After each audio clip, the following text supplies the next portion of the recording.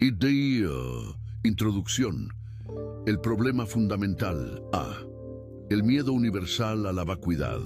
Observen a su alrededor. Contemplen la frenética actividad de la humanidad, el incesante murmullo de la sociedad moderna. ¿Qué es esta prisa? Este afán por llenar cada instante con ruido, con estímulos, con la presencia de otros. Es, en esencia, una huida desesperada y cobarde de la única entidad que, en última instancia, no podemos evadir nosotros mismos. La civilización, con toda su pompa y su progreso técnico, no es más que un gigantesco y elaborado mecanismo de distracción, diseñado para evitar que el individuo se enfrente a la verdad incómoda de su propia existencia. Tememos el silencio, tememos el espacio vacío en la agenda, tememos el momento en que la máscara social cae y nos encontramos a solas con el espejo de nuestra conciencia. Este miedo no es casual. Es el síntoma de una enfermedad profunda, una dolencia metafísica que nos ha sido inoculada desde el nacimiento. La pregunta que debemos plantearnos, con la implacable honestidad que exige la filosofía, es la siguiente: ¿por qué tememos tanto estar solos? ¿Es la soledad un mal intrínseco, una anomalía que debe ser curada, o es, por el contrario, el síntoma de una vacuidad interior, de una falta de sustancia que solo la presencia ajena puede, ilusoriamente, disimular? El hombre común, el Homo vulgus, concibe la soledad como un castigo, como una privación. Para él, la compañía es la norma, el estado natural. Pero esta concepción es una falacia peligrosa. Si la soledad fuera simplemente la ausencia de otros, sería una condición neutra. Sin embargo, para la mayoría, es una fuente de angustia. Y la angustia, mis amigos, es siempre el resultado de un conflicto interno, de una carencia. El hombre que no puede soportar su propia compañía revela, sin quererlo, que su ser interior es un lugar inhóspito, un desierto que él mismo ha creado. La soledad no es el problema, es el revelador de la falta de contenido. B. La premisa schopenhaueriana. Para desentrañar este enigma debemos recurrir a la voz más lúcida y quizás por ello la más incómoda de la filosofía moderna, Arthur Schopenhauer. El gran maestro de Danzig no nos ofrece consuelo, nos ofrece verdad. Su filosofía no es un bálsamo, sino un bisturí que disecciona la ilusión.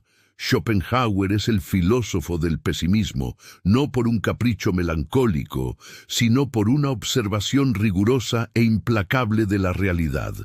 Su premisa fundamental, el pilar sobre el que se erige toda su obra, es el concepto de la voluntad.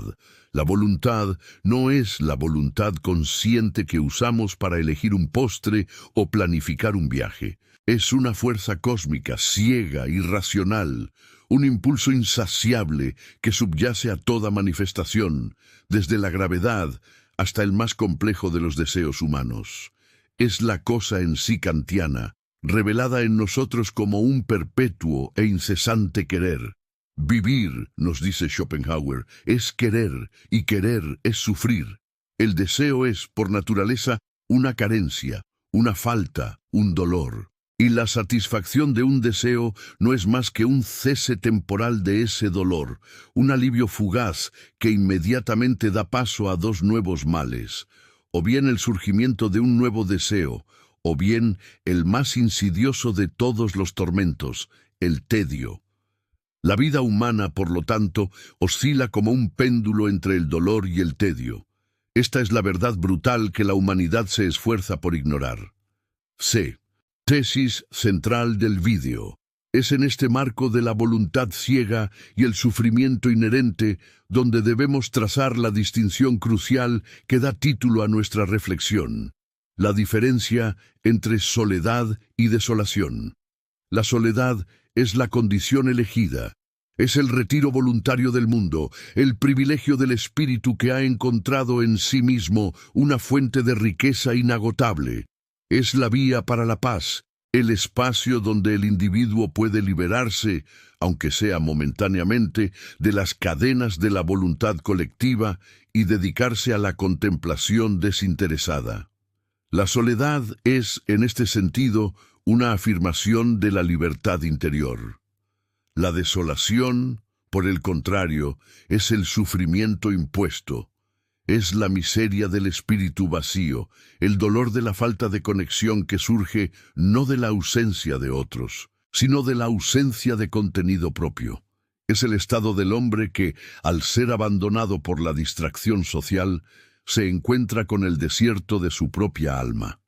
La desolación es, por lo tanto, una manifestación del fracaso de la voluntad en encontrar un objeto de deseo que la satisfaga permanentemente. Nuestro objetivo en esta profunda meditación no es meramente definir estos términos, sino proporcionar la lección práctica de Schopenhauer, aprender a abrazar la soledad como un refugio y un privilegio para así evitar la desolación, que es la condena del espíritu mediocre. Segundo, parte primero, la voluntad y el origen de la desolación A. El ser humano como manifestación de la voluntad. Para comprender la desolación, debemos volver a la voluntad. El ser humano es la objetivación más compleja y, por ende, la más sufriente de esta fuerza cósmica. Nuestro cuerpo, con sus necesidades y sus impulsos, no es más que la voluntad hecha visible. El hambre, el impulso sexual, el miedo, la ambición, todos son manifestaciones directas de ese querer ciego. El deseo, como ya se ha dicho, es dolor. Pero la voluntad es insaciable. Tan pronto como un deseo es satisfecho, la voluntad, que no puede cesar de querer, proyecta un nuevo objeto de deseo. Es como el mendigo, que al recibir una limosna se siente aliviado solo por un instante, antes de que la necesidad de la próxima comida se cierna sobre él. Y aquí es donde entra en escena el tedio. Cuando la voluntad no tiene un objeto de deseo inmediato, cuando la lucha por la existencia se detiene por un momento, el hombre se encuentra en un vacío aterrador. Este vacío es el tedio, la prueba más irrefutable de que la existencia, en sí misma, carece de valor intrínseco. El hombre se aburre porque su ser, que es pura voluntad, no tiene nada que querer. El tedio es el grito silencioso de la voluntad que exige ser ocupada, ser distraída de su propia futilidad. B. La desolación, como fracaso social. La necesidad de compañía, tan ensalzada por los moralistas y tan buscada por la masa, no es, según Schopenhauer, un signo de amor o de sociabilidad noble, sino una manifestación del miedo al tedio. La gente se junta no para compartir una riqueza interior, sino para aliviar los males sufriéndolos en común. La compañía es una droga, un paliativo contra el dolor de la propia vacuidad. La desolación, en este contexto, surge cuando esta droga social falla. El hombre desolado no es el que está solo, es el que, estando solo, se da cuenta de que no tiene nada que ofrecerse a sí mismo. Es el hombre que ha invertido toda su energía en la búsqueda de la aprobación externa, en la participación en el juego social de la voluntad, y que al ser apartado de ese juego, se encuentra con la nada. Schopenhauer nos recuerda que la verdadera desolación surge cuando el alma no halla eco en otro espíritu. Pero, ¿por qué no haya eco? Porque el alma misma está vacía.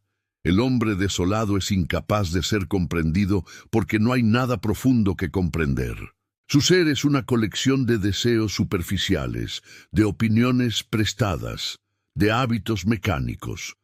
Cuando se encuentra con otro, solo puede ofrecer esta superficialidad, y el encuentro resulta estéril, dejando a ambos más solos que antes. La desolación es, en esencia, la soledad del espíritu mediocre. C. La condena de la masa. El filósofo, el hombre de espíritu superior, Debe evitar la compañía de la masa no por misantropía, sino por autodefensa. La compañía de la masa es la compañía de la vulgaridad y la mediocridad. ¿Y qué es la vulgaridad? Es la completa subordinación del intelecto a la voluntad. El hombre vulgar solo se interesa por lo que sirve a sus fines egoístas, la riqueza, el estatus, el placer sensorial. La compañía de tales individuos solo rebaja el espíritu.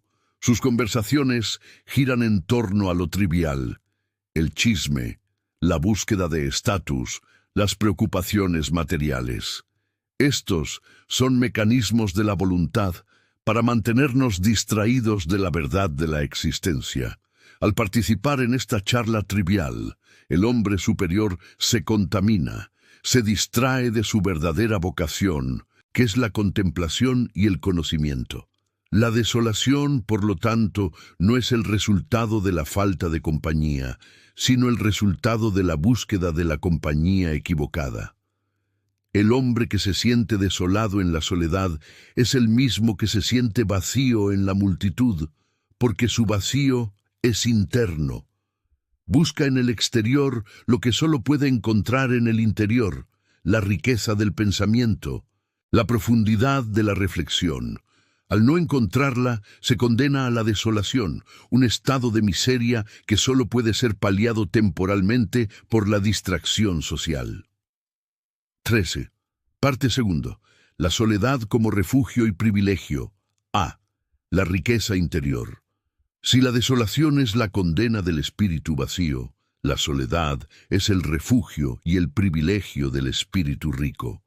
Schopenhauer, con su habitual agudeza, invierte la valoración social de la soledad. Para él, la capacidad de amar la soledad es la medida más precisa de la valía personal. Quien no ama la soledad, no ama la libertad, pues solo se está libre cuando se está solo. Esta afirmación es radical. La libertad de la que habla no es la libertad política o social, sino la libertad metafísica. La liberación, aunque sea parcial, de la tiranía de la voluntad. El hombre que se retira a la soledad lo hace porque posee un mundo interior tan vasto, tan rico en ideas y contemplaciones, que la compañía externa se vuelve una interrupción, un estorbo. El hombre superior, el Homo sapiens, no necesita a los demás para ser. Su felicidad no depende de lo que el mundo le ofrece, sino de lo que él mismo puede generar. La soledad es el espacio donde esta generación ocurre. Es la condición para la originalidad y la genialidad. La mente que está constantemente bombardeada por el ruido y las opiniones ajenas nunca podrá escuchar su propia voz, la voz de la verdad que reside en la contemplación desinteresada. La soledad, por lo tanto, no es un estado de privación, sino un estado de plenitud. Es la prueba de que el individuo ha logrado un grado de independencia tal que puede prescindir de los muelles externos de la felicidad. Su fuente de alegría reside en su propio ser, en la contemplación de las ideas, en la comprensión del mundo. B. La soledad y la libertad intelectual. La soledad es la única condición bajo la cual se puede alcanzar la verdadera libertad intelectual. La sociedad, con sus convenciones, sus modas y sus dogmas, es una prisión para el pensamiento. La voluntad colectiva impone sus imperativos, y el hombre que vive en constante compañía está constantemente bajo la presión de conformarse, de pensar como los demás, de desear lo que los demás desean. Solo en el retiro, en el laboratorio del pensamiento que es la soledad, podemos liberarnos de estas cadenas. La soledad nos permite examinar las opiniones ajenas con una distancia crítica, sin el miedo al juicio o la necesidad de aprobación. Es el espacio donde la filosofía, el arte y la ciencia nacen y se desarrollan, lejos del clamor del mercado y de la vanidad de la academia. El hombre que elige la soledad está eligiendo la verdad sobre la comodidad. Está eligiendo la independencia del juicio sobre la servidumbre de la opinión. Está eligiendo ser un individuo, una entidad única, en lugar de ser una mera pieza intercambiable en el engranaje de la sociedad. La soledad es, en este sentido, un acto de rebelión metafísica contra la tiranía de la voluntad colectiva. C. El dolor de la soledad elegida.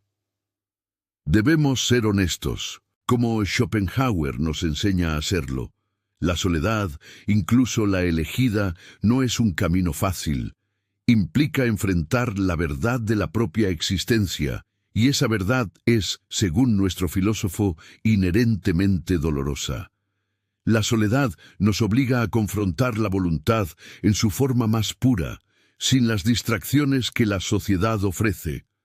El dolor de la soledad elegida es el dolor del conocimiento. Es el dolor de ver el mundo tal como es, un valle de lágrimas, un lugar dominado por el sufrimiento y la lucha incesante.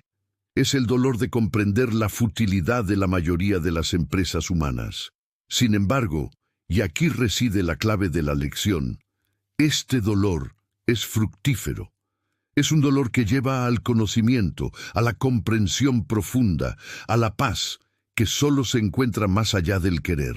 Es el dolor del cirujano que corta para curar. Compárenlo con el dolor de la desolación. El dolor de la desolación es estéril. Es el dolor de la desesperación, de la envidia, de la sensación de ser excluido de un juego que, en el fondo, es una ilusión. Es el dolor del hombre que sufre por no tener lo que la voluntad le exige tener. La diferencia es abismal. El hombre en soledad sufre por la verdad del mundo. El hombre en desolación sufre por la falsedad de sus deseos. El primero avanza hacia la sabiduría. El segundo se hunde en la miseria. La soledad, por lo tanto, es el crisol donde el sufrimiento se transmuta en conocimiento. Cuarto, parte 3. El camino a la negación y la lección práctica A. La soledad como preámbulo a la negación de la voluntad. Si la vida es sufrimiento y el sufrimiento es el resultado de la voluntad, la única liberación posible es el silenciamiento de ese impulso ciego e insaciable. La voluntad, en su manifestación como deseo, es ruidosa, exigente, siempre clamando por más. La sociedad, con su constante estímulo y su culto al éxito material, es la orquesta que toca la sinfonía de la voluntad. ¿Cómo se puede escuchar el tenue susurro de la verdad, el llamado a la renuncia, en medio de este estruendo? Es imposible. La soledad es el acto de apagar la orquesta. Es el retiro al monasterio del propio ser, donde el ruido del mundo exterior se silencia y por primera vez el individuo puede escuchar la voz de su propia voluntad, no como un impulso a seguir, sino como un enemigo a vencer. Es en la soledad donde el hombre se da cuenta de la futilidad de sus deseos, de la naturaleza ilusoria de sus objetivos mundanos. Es allí donde la cadena de la causalidad, que nos ata al ciclo interminable del querer y el sufrir, comienza a mostrar sus eslabones. El hombre que no puede estar solo es un esclavo de la voluntad. Necesita la compañía para que los deseos ajenos refuercen los suyos, para que la lucha colectiva por la existencia le dé un sentido ilusorio a su propia lucha. El hombre que elige la soledad, en cambio, está dando el primer paso hacia la libertad, al declarar su independencia de los imperativos sociales que son, en esencia, los disfraces de la voluntad. B. La contemplación estética. Una vez en la soledad, el espíritu encuentra los caminos para la liberación. Schopenhauer nos ofrece 3 vías de escape. 3 formas de negar, aunque sea temporal o parcialmente, la tiranía de la voluntad. El primero de estos caminos es la contemplación estética. Cuando nos sumergimos en la experiencia del arte puro, ya sea la música, la pintura o la poesía, ocurre un milagro metafísico. Por un instante, el sujeto deja de ser un individuo impulsado por la voluntad y se convierte en un sujeto puro de conocimiento, libre de intereses, libre de deseos. La obra de arte, al representar la idea platónica, nos permite ver el mundo no como un objeto de nuestro querer, sino como una representación desinteresada.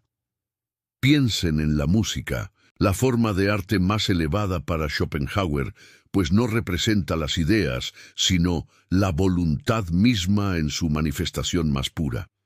Al escuchar una sinfonía no deseamos nada. Simplemente contemplamos la esencia del querer, la lucha, la alegría y el dolor, pero desde una distancia segura, como si viéramos una obra de teatro de la que no somos actores. En ese momento de contemplación, el dolor cesa, porque el querer ha cesado. La soledad es absolutamente necesaria para esta contemplación profunda. ¿Cómo se puede experimentar la esencia de una obra de arte en medio de la charla trivial o la distracción social? La compañía nos devuelve inmediatamente a la esfera de la voluntad, a la preocupación por el yo, por el estatus, por el tiempo. Solo en el retiro, con la mente en calma, podemos alcanzar ese estado de gracia estética, ese oasis de paz en el desierto del sufrimiento. La soledad, aquí, es el marco que permite la liberación temporal del intelecto. C. La compasión. El segundo camino, y quizás el más accesible para el hombre moral, es la compasión. Si la voluntad es el principio del egoísmo, la compasión es su negación. La compasión es el fenómeno ético fundamental, el único acto moral genuino. La soledad, al liberar al individuo de las preocupaciones triviales de la vida social, le permite una visión más clara y profunda de la realidad. Y la realidad, para Schopenhauer, es que todo sufrimiento es, en esencia, el mismo sufrimiento. La voluntad es una sola y se manifiesta en todos los seres. El dolor que siente el mendigo es el mismo dolor que siente el rey. El sufrimiento del animal es el mismo que el del hombre. La compasión surge de la visión de esta unidad metafísica. Es la capacidad de sentir el dolor del otro como propio, de identificarse con el sufrimiento ajeno. Al hacer esto, el individuo rompe la ilusión de su propia individualidad y se da cuenta de que su yo y el yo del otro son, en el fondo, la misma voluntad sufriente. Este acto de identificación es un acto de negación de la voluntad. El egoísmo, que es el motor de la voluntad, se disuelve en el reconocimiento del sufrimiento universal. Al actuar por compasión, el individuo no busca su propio beneficio, sino el cese del dolor ajeno, que es, en última instancia, el cese de su propio dolor. La soledad, al proporcionar el espacio para la reflexión profunda, es el caldo de cultivo para esta compasión.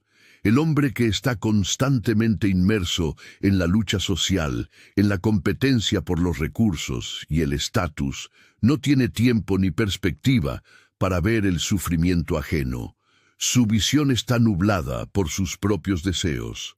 Solo el que se retira puede ver el panorama completo, la tragedia universal de la existencia, y solo entonces puede surgir la compasión como un antídoto al egoísmo. D.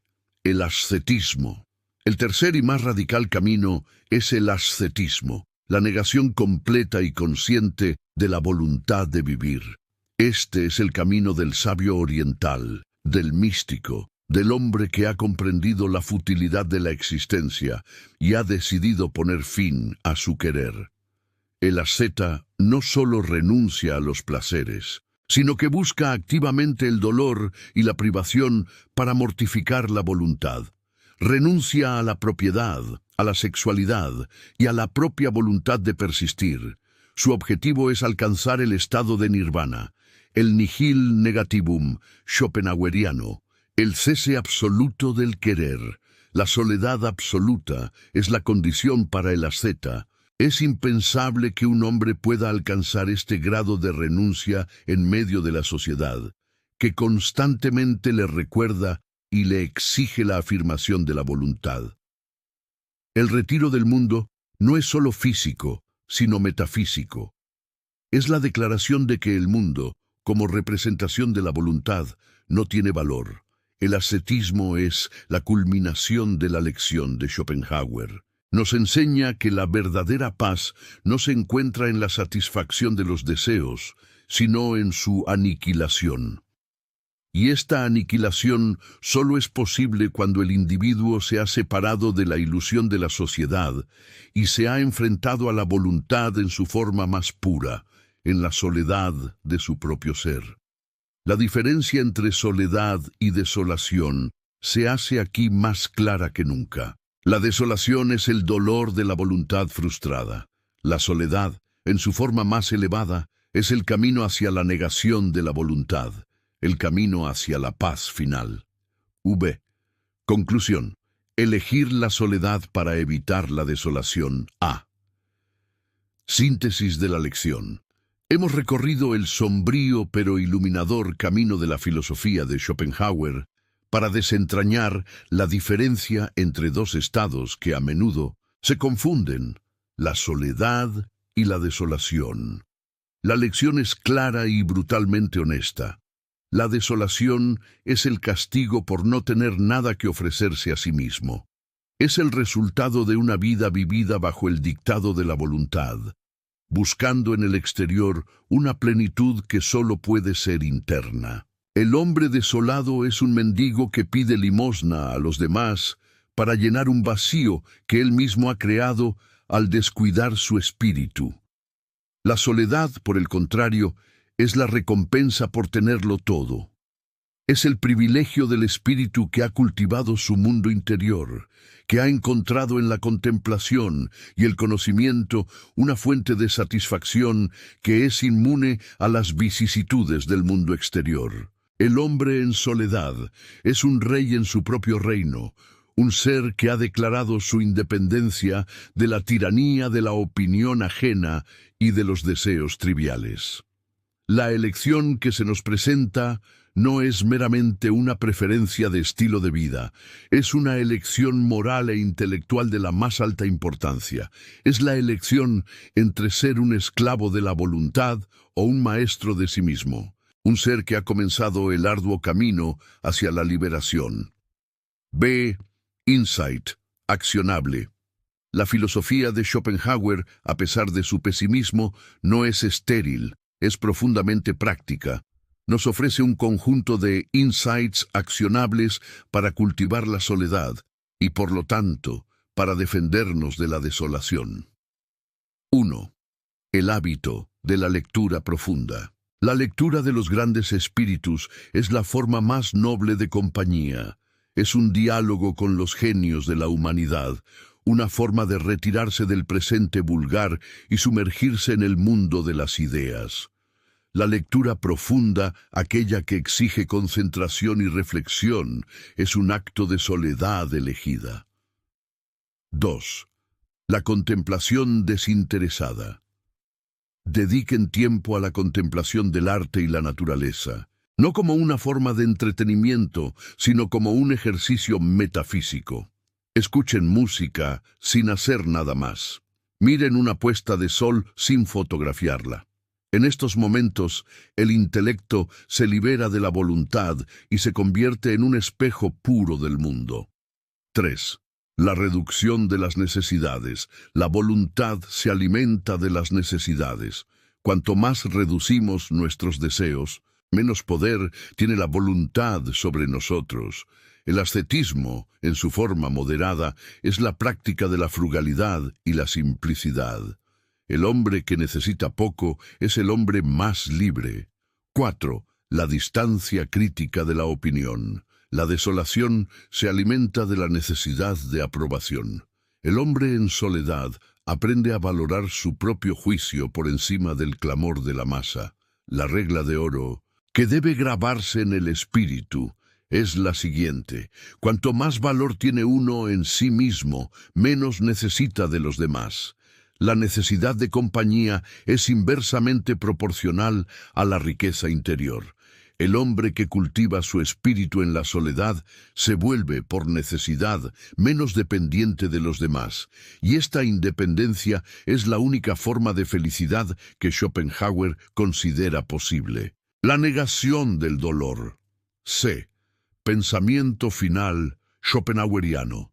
Cerremos esta reflexión con la voz inconfundible de nuestro maestro.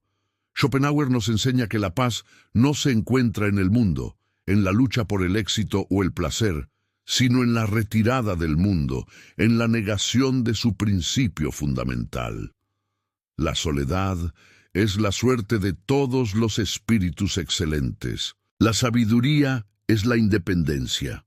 La desolación es la prueba de que el individuo ha fracasado en encontrar la paz en sí mismo. La soledad es la prueba de que ha triunfado. La lección de Schopenhauer no es una invitación a la misantropía, sino un llamado a la autarquía, a la soberanía del espíritu. El mundo es un teatro de marionetas movidas por los hilos invisibles de la voluntad. El hombre en desolación es una de esas marionetas, sufriendo cuando el hilo se tensa.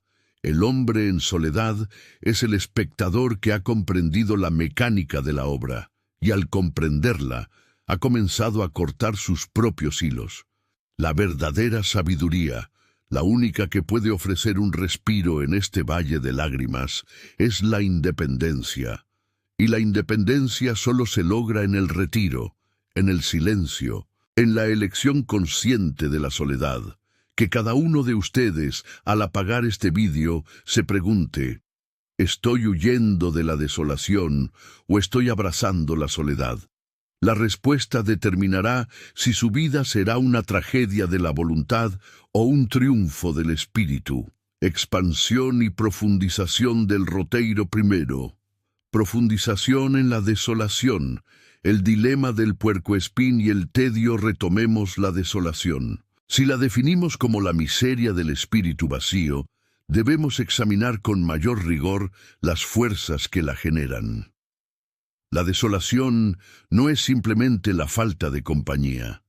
Es la consecuencia de una búsqueda fallida de la felicidad en el lugar equivocado. La sociedad para Schopenhauer es un mal necesario, un refugio contra el frío de la existencia, pero un refugio lleno de espinas. Aquí es donde se revela el famoso dilema del puercoespín. Los puercoespines, en un día frío, necesitan acercarse para calentarse, pero al hacerlo, se hieren mutuamente con sus púas. La distancia ideal es aquella en la que el calor es suficiente para no morir de frío, pero la cercanía no es tanta como para causar dolor. La sociedad humana opera bajo el mismo principio. Nos acercamos por necesidad, por el miedo al frío de la soledad, pero al acercarnos demasiado, nos herimos con las púas de nuestros egos, de nuestras voluntades en conflicto. El hombre desolado es aquel que no ha encontrado esa distancia ideal.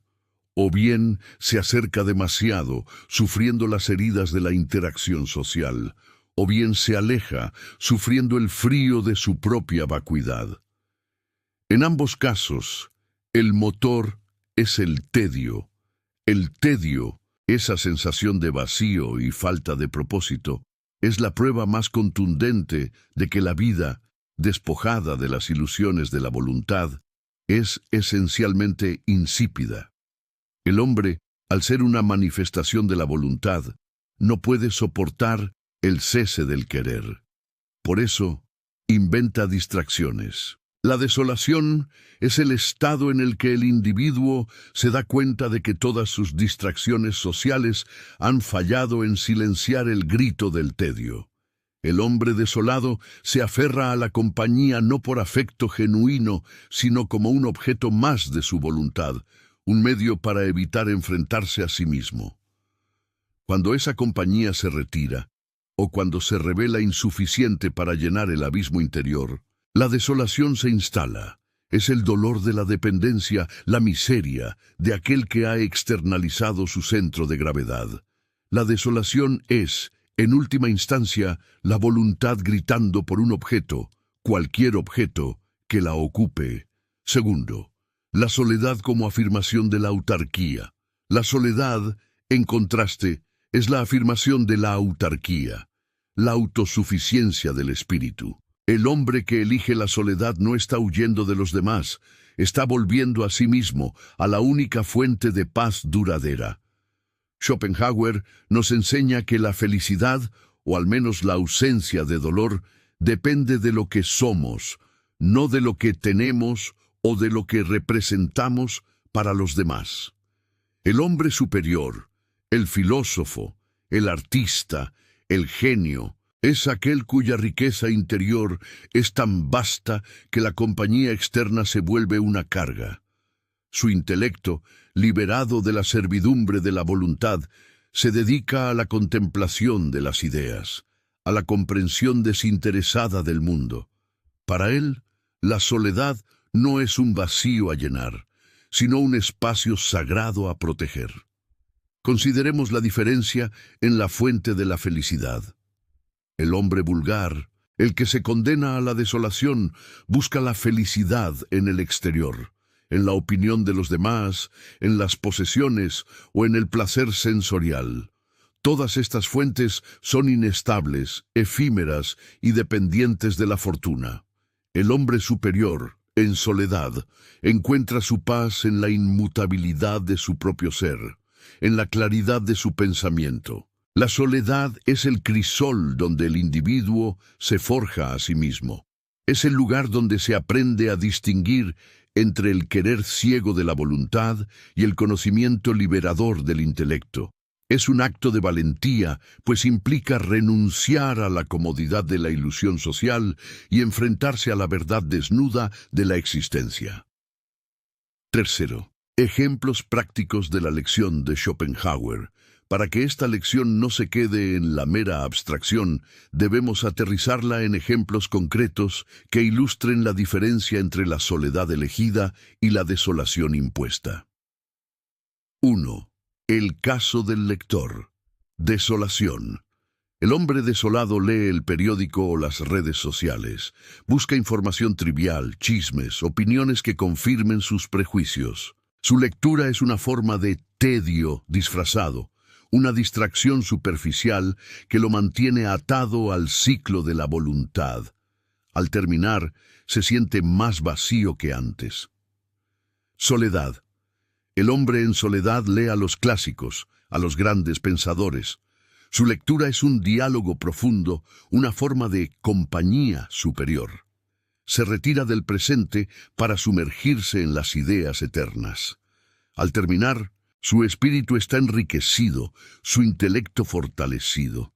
La soledad le ha permitido acceder a la mejor compañía posible, la de los genios. 2. El caso del viajero. Desolación. El viajero desolado busca el turismo de masas. Necesita el ruido, la foto perfecta, la validación social de su experiencia. Su viaje es una huida de sí mismo, un intento de llenar su vacío con estímulos externos. Al regresar, el tedio lo espera en la puerta. Soledad. El viajero en soledad busca la contemplación de la naturaleza. Se retira a la montaña, al mar, a la inmensidad. Allí, el intelecto se libera de la voluntad. La naturaleza, al ser una manifestación de la voluntad en su forma más pura y desinteresada, le permite un momento de paz estética. Su viaje es un acto de afirmación de su independencia interior. 3. El caso de la música. Desolación. El hombre desolado escucha música como ruido de fondo, como un mero acompañamiento a sus actividades triviales. La música es una droga, un estimulante para mantener a raya el tedio. Soledad. El hombre en soledad escucha la música como una experiencia metafísica. Se sienta, cierra los ojos y se entrega a la sinfonía. En ese momento, la música, que es la objetivación de la voluntad misma, le permite contemplar la esencia del querer sin ser arrastrado por él. Es un momento de liberación estética, un regalo de la soledad. 4. La soledad como ética de la renuncia. La lección de Schopenhauer sobre la soledad es, en esencia, una ética de la renuncia. No se trata de una renuncia a la vida, sino a la ilusión de que la felicidad se encuentra en la afirmación de la voluntad. La soledad nos enseña a renunciar a tres grandes ilusiones que nos atan a la desolación. 1. La ilusión de la importancia social. La sociedad nos hace creer que somos importantes, que nuestras opiniones y nuestros logros son esenciales. La soledad nos revela nuestra insignificancia cósmica y en esa revelación encontramos la paz. Al renunciar a la necesidad de ser importantes para los demás, nos volvemos importantes para nosotros mismos. 2. La ilusión de la posesión. La voluntad nos impulsa a acumular, a poseer. La soledad nos enseña que las posesiones son cadenas, que la verdadera riqueza es la que reside en el espíritu. El hombre que renuncia a la codicia material se libera de una fuente inagotable de dolor y envidia. 3. La ilusión del amor romántico. Schopenhauer ve el amor romántico como el engaño supremo de la voluntad, un ardid para asegurar la propagación de la especie. La soledad nos permite ver esta ilusión con claridad. Al renunciar a la búsqueda desesperada de un alma gemela que nos complete, nos volvemos completos en nosotros mismos. La soledad es la condición para el amor genuino, que no es una necesidad egoísta, sino un acto de compasión. Conclusión. Reforzada. El triunfo del espíritu. Reiteremos la conclusión con la fuerza que exige la verdad filosófica. La desolación es la condena del hombre que, al no poder soportar su propia compañía, se lanza a los brazos de la sociedad, solo para ser herido por las púas del dilema del puercoespín. La desolación es el dolor estéril, el sufrimiento sin sentido. La soledad es el triunfo del espíritu. Es la elección consciente de la independencia, el retiro al laboratorio del pensamiento, donde el intelecto puede, por un momento, liberarse de la tiranía de la voluntad. La soledad es el dolor fructífero, el sufrimiento que lleva al conocimiento y a la paz. La lección de Schopenhauer es un llamado a la nobleza interior. Nos exige que seamos dignos de nuestra propia compañía. Si nuestro ser interior es un desierto, la soledad será desolación. Si nuestro ser interior es un jardín cultivado con el arte, la filosofía y la contemplación, la soledad será el refugio más preciado.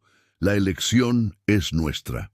Podemos seguir siendo marionetas de la voluntad, buscando desesperadamente en el exterior lo que nunca encontraremos, o podemos tomar la decisión radical de retirarnos, de cultivar nuestra soledad y así alcanzar la única forma de paz que la existencia nos permite, la paz que resulta de la negación de la voluntad.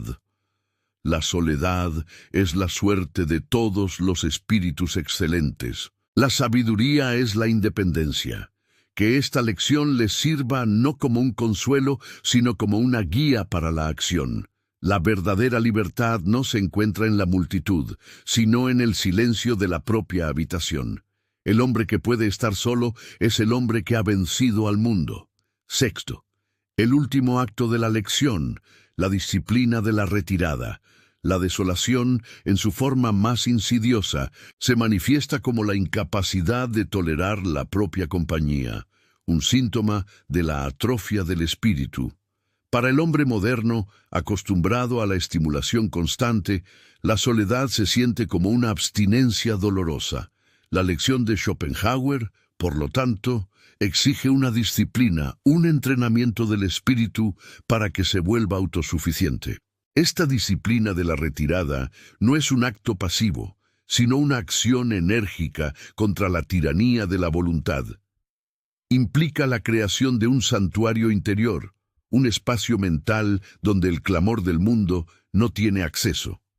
¿Cómo se logra esto en la práctica? 1. La gestión del intelecto. El intelecto para Schopenhauer es la luz que puede, por momentos, liberarnos de la voluntad. Debemos tratar a nuestro intelecto como un jardín que debe ser cultivado con esmero. Esto significa alimentar la mente con ideas elevadas y protegerla de la maleza de la información trivial. La soledad es el invernadero donde este jardín florece. 2. La aceptación del sufrimiento. La desolación a menudo surge de la resistencia al dolor inherente a la existencia. El hombre desolado se rebela contra su destino. El hombre en soledad, habiendo contemplado la verdad del mundo, acepta el sufrimiento como una condición universal. Esta aceptación no es resignación pasiva, sino una comprensión profunda que desarma a la voluntad. Al aceptar que vivir es sufrir, el individuo deja de buscar una felicidad ilusoria y encuentra una paz más profunda en la ecuanimidad. 3. La distinción entre ser y parecer. La desolación es el resultado de vivir para el parecer, para la opinión de los demás. La soledad es el espacio donde se cultiva el ser. El hombre que se retira de la sociedad lo hace para dejar de ser un actor en el teatro del mundo y convertirse en un espectador de la verdad.